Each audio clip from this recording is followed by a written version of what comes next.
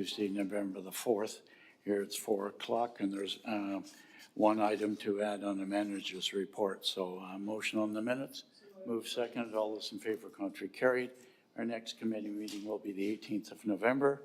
And the first item on the agenda is the application by Rab Baines for rezoning of 4920, 4940 Mariposa Court from RSML zone to a small scale M/1 zone. And we've got Mark and Andrew. And what do you got to tell us? Your mics are live. Okay. Thank you, Mr. Chair. So staff don't have any additional comments to provide, but I'll highlight a few key points.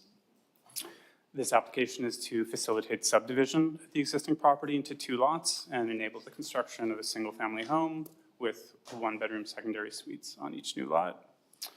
Access to the new lots will remain off Mariposa Court through a new central driveway. One on-site tree, 4 off-site trees, and an off-site hedgerow of cedars will all be retained, and 5 new trees will be planted. I'd be happy to answer any questions. Okay, we do have a question from Councillor Liu. Thank you for the report. And I know I don't usually go down this rabbit hole, but I'd like to I have a couple questions around the trees. So one of the trees had been identified for removal, but then it was removed before the permit was issued, and then they were fined. But I'm wondering if maybe our process needs to be a little bit different. Like if you've already determined it needs to go, then hand them the thing, add $50 to his bill and be done with it, right? Like, isn't that kind of what we would want to do? Or maybe I'm missing something in this particular process. Go ahead. Through the chair to Councillor Liu, thank you for your question. An applicant is required to submit a tree removal permit to authorise the removal of a tree. That allows city staff to attend the site and inspect the tree and the condition of the tree. What that enables city staff to do is verify that the tree is indeed in a condition which would support removal. What I'd also say is we wouldn't want to presuppose the outcome of that inspection, and therefore, but prior to a tree being removed, a tree permit is required. Okay, so someone wasn't already on the site going through it saying, yeah, you're going to take this down. It was back in the office, so that's the process. Okay, and then my other question is, how long does a cherry tree last for? Because the first one was a significant cherry tree. It seems to have a extremely large diameter. I'm curious as to how long it's actually expected to live for, because if it's only going to live for 10 more years, like a $20,000 deposit seems pretty onerous on a tree that doesn't have a huge lifespan in Richmond. So is that true? Through the chair to Councillor Liu, I'm not sure what the lifespan of a cherry tree is. We don't seem to have the city's tree preservation officer here, but I'm not sure what the lifespan is. Okay. Thank you. I'll put together something later for around that. Thank you. Carol? Thank you very much. And Councillor Liu, I have a massive cherry tree in my backyard that's probably 60 years old, and it's in great shape. So they can last a really long time. But hopefully when it comes to council on Monday, they can give us a report on that tree so we can all feel confident in whether or not it should be saved. My question was more about subdivision. So I actually, about 100 years ago, did subdivide my pie-shaped lot. And if we refer to the overhead map on PLN 13, if we look over at Lindsay Court, there's a number of pie-shaped lots, and they obviously have been subdivided in the past. Would this subdivision be similar to that subdivision on Lindsay Court, PLN 13? Looked over to the right at the bottom. Lindsay Road. Lindsay Road. Sure, through the chair to Councillor Tay. I mean, I'd have to look at it more closely, but generally the subdivision is kind of consistent as kind of described on the map. It's taking the site and dividing it in half down the middle. Because I noticed that, I mean, I know in Mariposa Court, there have been none that have been divided, probably because of the really big houses that are located on those large pie-shaped lots. But I know when, years ago, I subdivided my lot, which is a pie-shaped lot, off of Aragon Road, it was very similar to what's happening on Lindsay Court. Would you estimate that that's been like probably more than a decade since those have been subdivided? It's hard to know. I know. Okay, I should have asked this question in advance. I should have emailed you. I just spotted it now. But okay, it sounds pretty consistent to what's being done in the area. So thank you. Just a quick comment. I think we have a delegation on fruit trees. I don't think the city has a policy, but I think the city should look at it.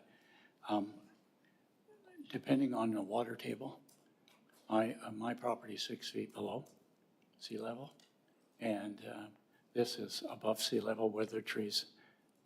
But again, because I replaced a tree, and the tree I replaced had a beautiful, beautiful brown core all the way up the middle.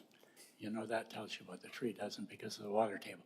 Because all you have to do is go down that far and we can, I won't say we used to say we can go to China, but we can go and find the water tables. I think when we do that, does the arborist actually look at that in terms of retaining a tree, especially with water table variation throughout the island? Yeah, it's a good question. It may be an academic question that would, but we tend to save trees sometimes or ask to replace trees that shouldn't be there. As, you know, we should be replacing trees with native trees that were once here, like the sequoias and what have you, you know, as opposed to, somebody said a cherry tree. It wouldn't survive in my neck of the woods, but it obviously survived there. Mr. Cooper. So, Mr. Chairman, if I may offer, when our tree protection staff go out to do an inspection, all of that is considered. We consider the ground, we consider the root development, and we consider how that will impact the survivability of the tree. I figured it was, but I had to ask it for the record. Thank you, gentlemen. Okay, I understand there is a delegation. Did you want to speak from our delegation? That's not regarding to this subdivision, it's regarding to The next one? Yes. Okay, thanks for that. Okay, seconded. All those in favor? Contrary, carried. Thank you. This will go to council. Okay, the next one is amendments of small scale. Staff are recommending to amend the definition of principal dwelling unit and then be given first, second, and third reading. And we got Josh and Andrew. Again, gentlemen, what do you have to add? Thank you, Mr. Chair. Nothing to add to the report, but I'd like to add a couple of highlights, or to note a couple of highlights. So this report has been brought forward as part of our commitment to monitoring the implementation of SMO in the City of Richmond and Bill 44. Amendments are proposed to the City zoning bylaw to establish the same minimum interior and exterior side yard requirements for single family and small-scale multi-unit housing development, and an administrative clarification that a secondary suite is not considered a principal dwelling unit. Mr. Rees and I are happy to answer any questions that you may have. From here? Okay, thank you, gentlemen. And this gentleman back here, did you want to speak to us on this? You're sure? Okay. Well, then I move the recommendation. Any further discussion? All those in favor, contrary, carried. All right, we have one manager's report. Thank you, gentlemen.